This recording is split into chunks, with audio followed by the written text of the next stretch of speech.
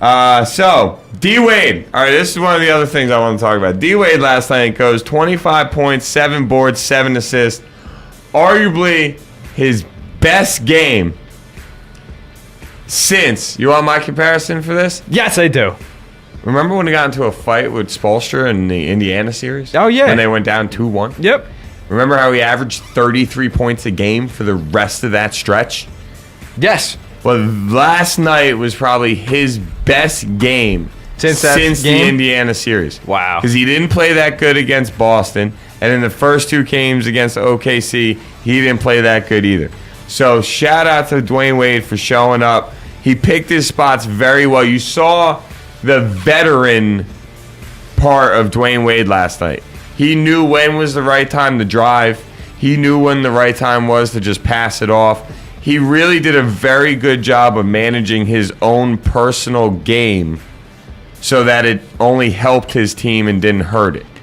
Now, he's got to do something about his ball handling against Sefolosha, because this is 2 games in a row now that he's given up a steal that has led to a basket that has brought the game within less than 3 points.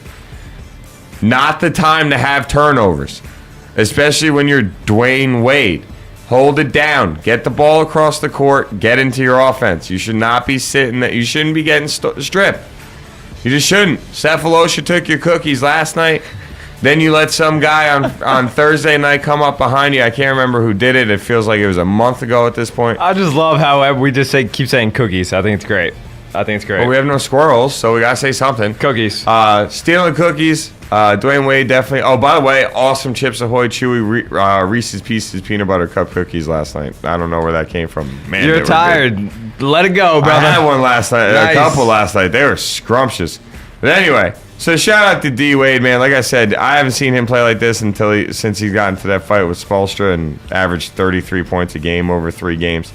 But I mean, really, in the fourth quarter is a very simple concept of why Miami was able to pull away and OKC couldn't do it. Miami got to the hoop in the free throw line. OKC kept shooting jump shots. Dude, do you know LeBron James in this series is 25 of 29 from the free throw line? Good for him. 25 of 29. That is phenomenal for him. Because I think against Boston, he was something like, he had to be about 60 or 70%. He was just atrocious at the line. Yes, he was. He was atrocious at the line through the playoffs in general. It wasn't just Boston either. But in this series, he's played. You know what? Like I said before, and I'm going to say it again, when this series is said and done, no matter who puts a ring on their finger, LeBron James is not at fault if Miami doesn't play good. No. He's not at fault if Miami doesn't win this series. I don't care if it goes down to Game 7 and he misses the game-winning shot and loses the series. LeBron James, through 3 games, is averaging 30 points, 10 rebounds, and like 5 assists a game. He is playing lights out right now. He's in the post. He had a huge three-pointer that gave Miami the lead going into the fourth quarter. He has been playing as good as a man can. Yes, sir. And not to mention, after game 1, everybody gets on him. Oh, you need to guard KD in the fourth. Oh, you need to guard KD. What did LeBron James do? He guarded KD. I think he only limited KD to 2 points. While he was guarding him in the fourth. KD banged the 3 in his eye. That was dirty, but that was just the basketball fan in me that loved that. I think everybody loved that, though. And the best was, how about KD talking smack to Dwayne Wade, saying, "You're too small. You're too small to guard me." The best part was Dwayne Wade didn't even hear him. He was like, "What? What'd you say?" And Durant says it again to him. Love it. You're too small. Well, think about it. D Wade's what, 6'4"? Well, like D Wade said in the press conference, he's like, "Well, dude's got 7 inches on me. Like, what do you want me to do?" And you can't even hate it. Yo, KD's a beast, man. But you know what? I think the physicality of LeBron James is leading Kevin Durant to the foul trouble. If I'm Scott Brooks, Kevin Durant does not guard LeBron James until the fourth quarter. Yep. Honestly, absolutely. I'm in me, agreement. It seems like LeBron is just working KD over and is just using up all of his energy. But you know what? Like I said, I think almost you got to treat LeBron as you treat how you treated Kobe Bryant. Kobe. how you treated Michael Jordan, how you treated the great players. Not only do you want to have your best defender on him, but throughout the game, you want to give him different looks. If he gets it in the post, go double team him. Do it 2-3 times. Then all of a sudden, when he gets it in the post, leave him alone. Yeah. You know, you want to play a zone around. They had a stretch for about 7 minutes where Miami looked like they had no idea how to play basketball. OKC's defense was tenacious, perfectly executed, and then they got away from it. Now, let me ask you something. With them... Oh, sorry, real quick. Love you too, Kara. Have a great day at work. You know when to call me, so I'll talk to you later. Oh, that's cute. Well, yeah, I don't, you know. That's cute. You couldn't call her today, so now... Yeah. Shout it out over the air. Anyway, now, do you think OKC blowing that 10-point lead that they had, is that just an experience of being at the finals, or do you really credit Miami's defense shutting it down and really causing turnovers and havoc, especially that last play with like 20 seconds left in the game where they go to inbound the ball and there's nobody there? Do you credit Miami's defense, or is that OKC's inexperience?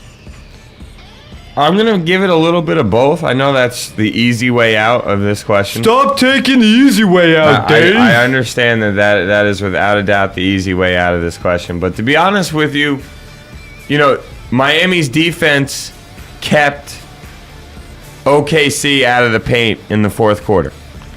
At the same time, OKC's inexperience is the reason why you see a blown inbounds pass on a moment when it's still a game. And OKC's inexperience is why you're seeing Scotty Brooks take Westbrook and Durant out at the same time when the team is struggling to score points. There's a combination of both things on this, and you're seeing out of Miami the we've been here before. Now, the interesting thing is going to be, really, to me, is now that Miami's got the 2-1 lead, you know how they talk in football when you got a lead in the fourth quarter, you got to put your foot on their throat? Yeah. This is the same kind of moment. Miami's got one of two choices in Game 4. Either they're going to put their foot right on OKC's throat and say, you now need to win Game 5 in Miami. Not just Game 5. You got to win 3 in a row. Well, yeah. 3 in a row, including Game 5 on our home court for you to take these NBA Finals from us. Or they're going to let that, or OKC will win Game 4, and you got a 2-2 series with 3 games left, and 2 of those 3 are in Oklahoma City. That's 4, tough, bro. They got to come out and win Game 4. People are going to sit there and say the pressure is on OKC to win Game 4. No, it's on Miami. If the pressure is on anybody, in my opinion, it's on Miami. It's on Miami right now. Miami can literally put their foot right on OKC's throat and say, this ring is ours. I just hope they don't revert back to last year. Last year, they were up 2-1 and didn't win another game. They lost 3 in a row to the Dallas Mavericks, lost on their home court to the Dallas Mavericks. And that's where I think that experience you're talking about with Miami can really help them. They know what that feels like. But at the same time, let's be completely honest. Tom Brady has won 3 Super Bowls. Mm-hmm. Okay? That was before he faced Eli Manning in Eli Manning's first Super Bowl. Correct. If experience meant that much, the New England Patriots would have beat the New York Giants in 2007. But it's different. It's different. You can't compare basketball and football only because basketball is 7 games compared to just 1 game of football. That's all I'm saying. I'm saying that 1 game of football, it doesn't matter about all the experience because there's 11 on 11 plus you have special teams. You have all different types of components for that football game where anything, if you screw up anything in that game, you might lose, but you could still be the better team. If you played 7 football games in a row, then you'd really determine to see. Oh my God! Could you imagine the Super Bowl is best of 7? There'd be fist fights by Game 3. The teams would be fist fighting each other. They want to kill each other. It'd be physically impossible to do that. But that's why there's fights in training camp and all that stuff because it's every day of pounding against each other. You're gonna lose it. You're gonna get really annoyed. The same people going up against each other. 201-430-2119 if you want to chime in with your comments or opinions about last night's game.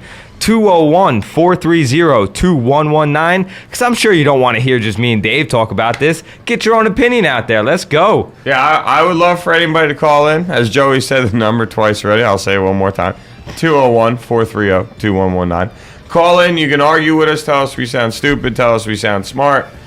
Or just say your own opinion and not tell us anything. We really don't care. Big shout out to Christina. Yeah, you know what? I'm gonna say that. Joey, happy Father's Day to you, my friend. Happy belated Father's Day to you too, I guess. I like that. Christina points out the fact that due to me and Joey, Sports Zone was born. So hence, it is yesterday was our Father's Day as well in its own right. And big shout out to all the fathers out there, especially Marty from LA, hooking up Sports Zone with more LA gear. We got now Clipper hats.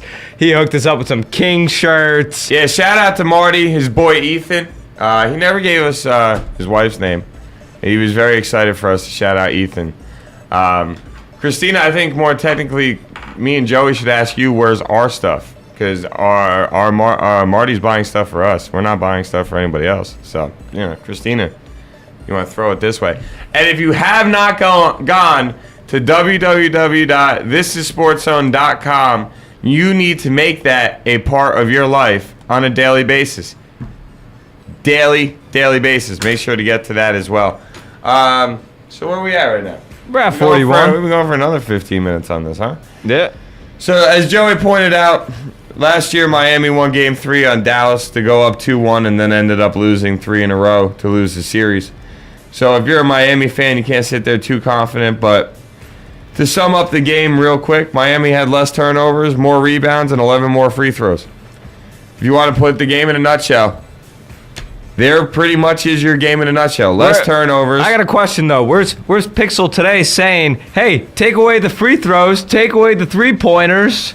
Pixel actually jumped into the chat room. I said what up to him. I think he heard we were talking basketball, so he jumped out. Yeah, he jumped Pixel out. was sick and tired of basketball. He was sick and tired of basketball and I respect last week. that. I'm not mad at him. I respect that. We ain't mad at you. Chris Bosh, huge. Last 2 games, both Miami wins. He now has 26 points and 26 rebounds in the last 2 games. To me, the biggest thing, though, was the offensive rebounds more than almost anything. Just the big 3 alone had 11 offensive rebounds. Joey, I don't know if you have the box score in front of you, but if you can happen to find out the comparison of offensive rebounds, I'd appreciate it. Because that was huge. Miami got numerous. I believe it's 14 for Miami and 11 for Oklahoma City. So right there, you get 3 extra shot opportunities. So let's say each one's 2 points. There's 6 points. There's another example of how the game went. 19 to 23 from the free throw line for the big 3 and 64 points. OKC's big 3, 53 points, as me and Joey pointed out before. Only 9, ladies and gentlemen, came from the 6th man a year, James Harden, shooting 2 of 10 from the field.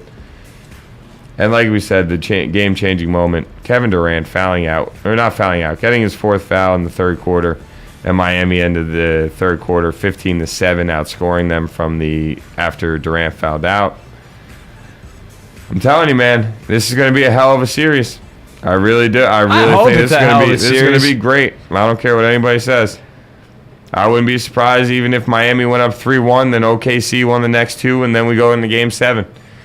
I'm telling you, dude, Game 7, I see it coming, and it's going to be one for the ages. Ladies and gentlemen, get ready. This is going to be 2, 3, maybe 4 years straight of watching these 2 teams play each other, and it is going to be insane. I just hope it's a little more evenly balanced, because Bird took about 4 rings compared to Magic's 3 or something like that. And speaking of Larry Bird and Magic Johnson, you have to watch the Dream Team documentary, my friend. I'm watching that today. I watched it twice over the weekend. I watched it twice. It is phenomenal. I loved it. It's so hard to time, though, because I thought to myself today, I'm like, oh, I could watch it after the show. But I'm like, well, I'm going to go to the gym first. All right, well, I'll pop it on after the gym. Well, wait, 2 huge soccer games come on at 2:45. Yep. Well, do you watch something that's recorded and saved on your DVR box, or do you watch live sports? I'm a firm believer in watching live sports. I know that you can watch highlights, but it's so much nicer when you get to watch things unfold a lot. We actually noticed that, Pixel. I'm like, I think Pixel heard us talking NBA, so he's not going to be here until we change sports. Which is actually good for you, Pixel, because unless, Joe, you have anything else you want to throw out there for this game? I believe tomorrow is game 2. Game 4. Game 2 Joey's at tired Miami. too. He just hides No, I meant better. game 2 at Miami. Okay. Whatever. Either way, you had the right idea. Pretty much so. The last little thing, between games 1 and 2, between Westbrook and KD, I think they were averaging like over 40 points a game and hitting maybe about 10 to 15 free throws. Yesterday, these two combined only had 18 points and were only 2 of 4 from the free throw line in the second half yesterday. That's it. They had 18 points combined and 2 for 4 from the free throw line. Yeah, Durant. I think Durant after that fourth foul call mentally just was miserable. And then you get into, you get into the fourth quarter. LeBron's guarding you. LeBron only has 1 foul. So which is the part that blows my mind. How the hell LeBron James only has 1 foul through 4 quarters, yet Durant's got 5. Mm-hmm. I don't get that one, but then again, that rests on the fact of driving the hole compared to shooting jump shots. Really easy to get foul calls when you drive the hole. It is. So, either which way, dude, Durant will have 15 to 20 in the next fourth quarter. I wouldn't be surprised at all. We'll see.